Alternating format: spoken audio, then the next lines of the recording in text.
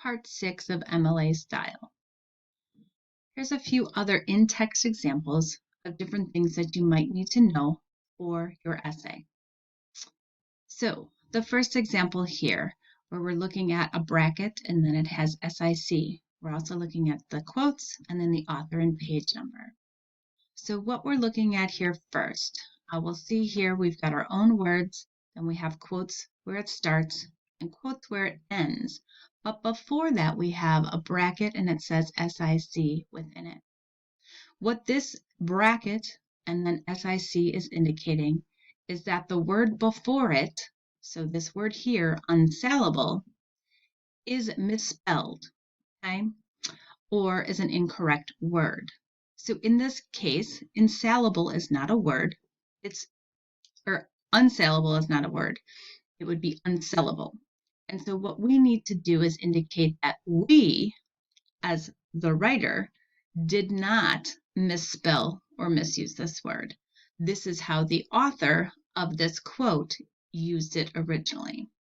So basically, we cannot change someone else's quote. What someone says, their direct word for word, what they say, we cannot change it, whether it is in an actual textbook or text, or if they just say it and we verbally hear them, okay? So we have to then correct it and then stating so that you don't get in trouble saying that this is a misspelled or misused word. This would happen after any word that is misspelled or misused. And it's only for, let me make that clear, only for an actual human that says it. You would never do this if you're referring to like literature and quoting like what a character in the book says, okay? Only a human does this apply, okay? So if you had maybe 2 misspelled words within a sentence or in a quote that you're using, after each misspelled or misused word, then you would put this SIC, okay?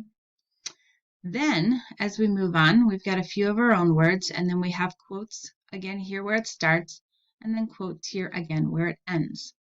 And then here in the middle, we have in brackets a farmers. Now, what this is indicating here in brackets is that we are adding our own words to make sure that to the reader, this part of the quote is more clear, okay? Again, we're not supposed to change someone's quote, but as we are using that quote, if we feel extra words are needed to make that more clear to the reader, then we have to put our words in the bracket. So that is indicating, and if I were to grade this, I would say, oh, okay, these are their words.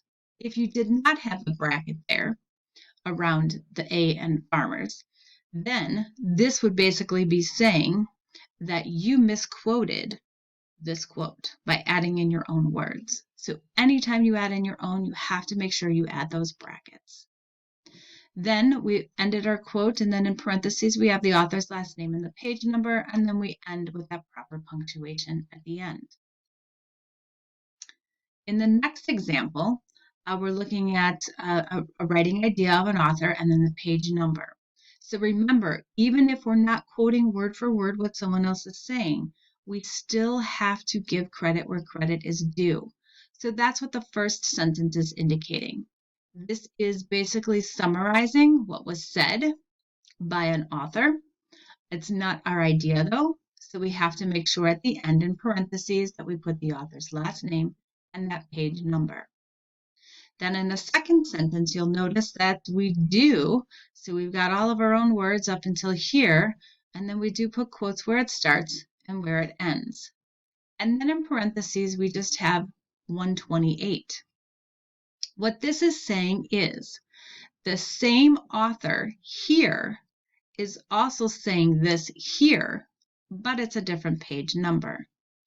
Because we've already referred to this author and it's the last author that we referred to, we do not have to put hurt in front of this 128. It wouldn't be wrong if we did it, but it's not necessary because it's the very last source that we already used with the same author. If, however, in between these two sentences, we put in a sentence, And that sentence is a quote from maybe the author of a last name Smith. Then here we would have to put Hurt because Hurt was no longer the last person that we quoted. Okay, so it would be saying like Hurt, Smith, and then have to go back to Hurt. Okay. All right, and then our last example here, example of brackets, again here, and then author with a page number. All right, so here we've got in this example, we're mentioning actually the title of an actual book. So because the title of an actual book is considered a larger piece of work, and we have it italicized. Then we do have the author's full name here mentioned, and then we go into stating what that author said, and then we have quotes where it starts, quotes where it ends. We continue on with our own words, and then in parentheses, just the one. So let's start with this little bracket here around the letter B. What this little bracket here, basically brackets are going to mean things are changed or wrong or different from the original, okay? So what this bracket means is, in its original state, the quote was actually written with a capital V. So it was the start of an actual sentence. But here what we're doing is putting this quote where we're starting it in the middle of our sentence. So then we have to change and put the bracket around. We obviously want to make it a lowercase to be correct. So then we have to put a bracket around that B to indicate that we're changing that letter alone, okay, from original format. So originally it was a capital V, and now it's a lowercase v. And it would be reverse. If you had something that was lowercase and you are now making it uppercase, then you would put that bracket around it as well.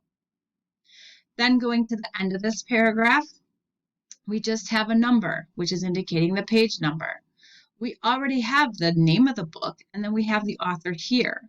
Lorraine is the author's last name, so it's not needed before this number 1, right? But if we did put Lorraine there, it wouldn't be incorrect. It's just not necessary because we've already mentioned who is saying it. So that's a few other rules that you might need to know when it comes to quoting.